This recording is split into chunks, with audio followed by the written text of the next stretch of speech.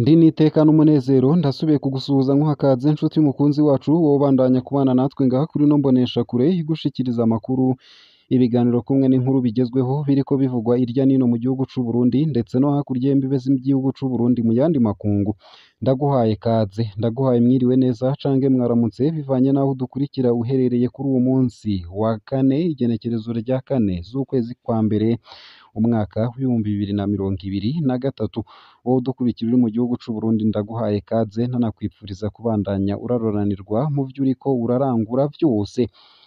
Ano makuru ya kano kanya harabashimikiye ku ngingo nkuru nkuru zikurikira. Mu Burundi igisata c'igitoro catunganijwe gusha ishirahamwe Regideso ryakuwemwo. Itunganywa gushasha ry'ibijanye n'ibitoro ryabaye ku wa kane uheze ryatumye ishirahamwe Regideso rijejwe gutanga amazi n'umuyagankuba rikurwa ku rutonde rw'ayaja kuzana igitoro ku kivuko c'i Dar es Salaam mu gihugu ca Tanzania. Iyo ngingo yamenyeshejwe n'umushikiranganji w'amasoko ntanganguvu ubutare n'agataka Ibrahim Uwizeye mu nama yagiranye n'abakora mu gisata c'ibitoro mu Burundi. Ino nkuru ku buryo buramvuye ni mukanyi ntuje kure. Nayo mu ntara ya Gitega umuntu umwe yarishwe uwundi atorwa ikiziga mu ndwi imwe. Deo Havyarimana yarishwe kuri uwu wa gatatu ku mutumba Jenda muri komine n'intara ya Gitega hagati mu Burundi. Kuri uwu wa gatanu naho mu gitondo nyene ikiziga c'uwitwa Kama caratowe muri karitiye Nyamugari mu gisagara ca Gitega. Uwa mbere yishwe umukuru w'umutumba avuga ko ari ukwihanira kwabaye, nayo imvo z'urupfu rw'uwa kabiri zikaba zitaramenyekana. Ino nkuru ibabaje nayo nyene ku buryo buramvuye ni mukanyi ntuje kure. Ico utegerezwa gusa ni ukumanuka munsi y'ino video hama ugafyona imbere y'ijambo Isange TV. Urasanga handitse ijambo sabone canke subscribe bivanye na YouTube ukoresha urafyondako hama uduhaye intererano yawe yo kuja turakuronsa amakuru ibiganiro kumwe n'inkuru tubandanya gushikiriza bivugwa irya nino mu gihugu c'u Burundi ndetse no hakurya y'imbibe z'igihugu c'u Burundi mu yandi makungu. Nayo mu ntara ya Muyinga hari umugabo yakubiswe n'umukuru w'umutumba hamwe n'imbonerakure. Umugabo wo ku mutumba Gikwiye muri zone na komine Gasorwe mu ntara ya Muyinga mu buraruko bushira ubuseruko bw'u Burundi yarakubiswe cane n'umukuru w'umutumba afadikanije n'imbonerakure, ni ukuvuga abanywanyi b'umuhari w'urwaruka rw'umugambwe CNDD FDD muri ako karere. Uwo yakubiswe akaba ariko aravurirwa ku bitaro vy'intara ya Muyinga, nayo uwikekwa wa mbere ko ari we yabikoze apfungiwe mu gasho k'igipolisi i Muyinga. Ino nkuru nayo ku buryo buramvuye ni mukanyi ntuje kure. Nayo kandi umukuru w'igihugu c'u Burundi Evariste Ndayishimiye yipfuza ko abahuza ibitsina babisangiye baterwa amabuye.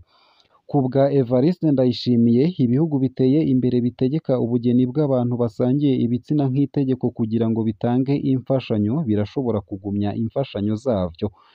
Baratewe na Satani. Mu kiganiro ku bamenyeshamakuru no ku banyagihugu kuri uwa gatanu yasavye abarundi baba hanze y'igihugu bahuza ibitsina babisangiye kutazotaha. Ino nkuru nayo ku buryo buramvuye ni mukanyi ntuje kure. Ico utegerezwa gusa ni ukumanuka munsi y'ino video hama ugafyona imbere y'ijambo Isange TV. Ntanguye ano makuru ku buryo bw'idonido nunyemerera nyatangurire kuri ino nkuru ivuga ko mu Burundi igisata c'igitoro catunganijwe gushasha ishirahamwe Regideso ryakuwemwo. Itunganywa gushasha ry'ibijanye n'ibitoro ryabaye ku wa kane uheze ryatumye ishirahamwe Regideso rijejwe gutanga amazi n'umuyagankuba rikurwa ku rutonde rw'ayaja kuzana igitoro ku kivuko c'i Dar es Salaam mu gihugu ca Tanzania. Iyo ngingo yamenyeshejwe n'umushikiranganji w'amasoko ntanganguvu ubutare n'agataka Ibrahim Uwizeye mu nama yagiranye n'abakora mu gisata c'ibitoro mu Burundi. Muri iyo ndinganizo nshasha imiduga ntirekuriwe kunywera aho ariho hose. Imodokari zonywera kuri sitasiyo bivanye n'iyo ariyo. Amakamyo n'amabeni hafise amasitasiyo indwi azohora anywerako mu gisagara ca Bujumbura. Amabisi n'amatagisi afise nayo nyene amasitasiyo indwi anywerako. Iryo tangazo ry'umushikiranganji rikaba rivuga ko amapikipiki n'amatukutuku hazonywera aho asanzwe akorera.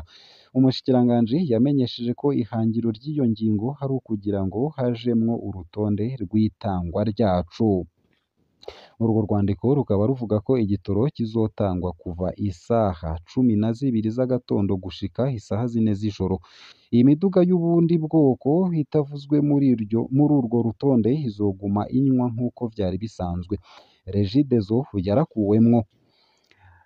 Amakuru hava mu bushikiranganji bujejwe igitoro havuga ko kubura kw'igitoro mu buryo bw'isubiriza vyoba vyaravuye ku kutumvikana kwa leta n'ishirahamwe Interpol ryatswe uruhusha rwo kurangura igitoro rigahabwa Regideso kandi ridafise ubuhinga n'amafaranga bikwiye vyo kubikora.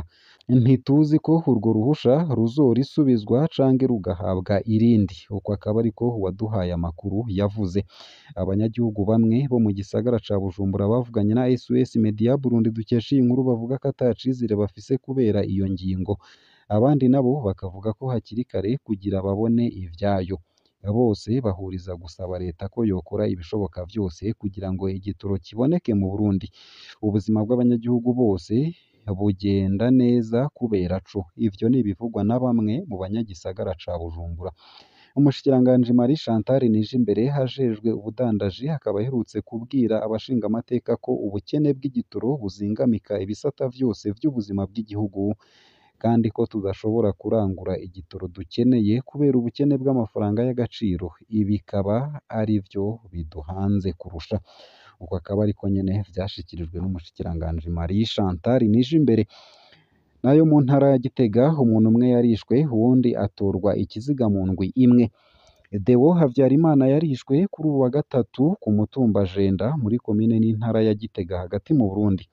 Kuri uwa gatanu naho mu gitondo ikiziga c'uwitwa Kama caratowe muri karitiye Nyamugari mu gisagara ca Gitega. Uwa mbere yishwe umukuru w'umutumba akaba avuga ko hari ukwihanira kwabayeho, nayo imvo z'urupfu rw'uwa kabiri zikaba zitaramenyekana.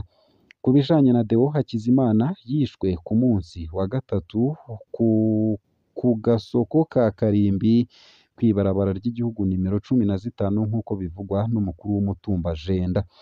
Abanyagihugu bari mu gashavu nibo bishe Deo. Yafashwe afise ipikipiki yibwe. Babiri bari kumwe barahunze. Ikibabaje abanyagihugu barihaniye. Ivyo ni ivyemejwe na Fabien Kadende. Abakoze ubwo bwicanyi ntibahagaritswe. Kuri uwa gatanu ikiziga ca Kama caratowe kw'ibarabara rya mbere muri karitiye ya Nyamugari mu gisagara ca Gitega. Ntawuzi neza uburyo yapfuyemwo, ariko twibaza ko yishwe n'urw'akarago. Uko akaba ariko vyashikirijwe na Hussein Butoyi, umukuru wa zone urbaine ya Gitega. Ku bwa Butoyi kandi uwo yapfuye yaragwaye indwara zo mu mutwe. Kama na Deo Havyarimana bari bafise umwe wese imyaka 50 n'iyirenga. Nayo mu yandi makuru kandi mu ntara ya Muyinga hari umugabo yakubiswe n'umukuru w'umutumba hamwe n'imbonerakure. Umugabo wo ku mutumba Gikwiye muri zone na komine Gasorwe mu ntara ya Muyinga mu buraruko bushira ubuseruko bw'Uburundi yarakubiswe cane n'umukuru w'umutumba afadikanije n'imbonerakure. Ni ukuvuga abanywanyi b'umuhari w'urwaruka rw'umugambwe CNDD FDD muri ako karere. Uwo yakubiswe ariko aravurirwa ku bitaro vy'intara ya Muyinga, nayo uwikekwa wa mbere ko ari we yabikoze afungiwe mu gasho k'igipolisi i Muyinga.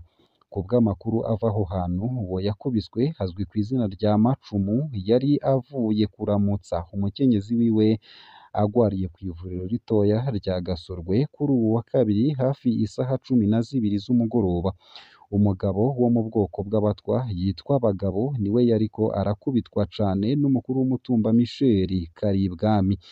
Bagabo yafashwe ariko arasenya mw'itongo ritari iryiwe. Macumi yaragerageje gutabara, niho rero Michel Karibwami n'imbonerakure zari zimuherekeje zareka Bagabo zikubita Macumi. Uko akaba ariko vyiganwa n'uwabibonye. Ibihimba vy'irondoka vy'uwakubiswe vyarononekaye. Amasoko yacu akaba avuga ko Macumi yakubiswe inkoni umubiri wose. Ibihimba vy'irondoka vyiwe vyarononekaye. Uko akaba ariko amasoko yacu yongerako asoba amaraso agiye ku mwanda mutoya. Uko akaba ariko bivugwa n'uwo mu muryango wiwe.